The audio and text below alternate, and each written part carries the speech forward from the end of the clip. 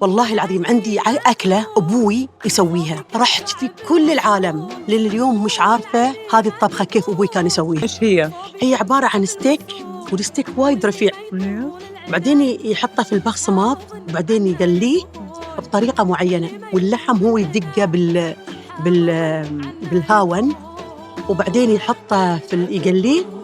بعدين شفتي علب المشروم اللي تجي أول، مش الآن، أيوة. اللي تجي أول من برا، كان يفتحها ويكب الماء مال علب المشروم مع المشروم، يقلي المشروم نص تقلاية ويحطه ويدخله داخل الفرن مع بس اللحمة. مع اللحمة. بس الطريقة لذاذة الأكل مش طبيعي، يعني تشمين الأكل، يعني أنت في البيت وأنت فوق تشمين الأكل.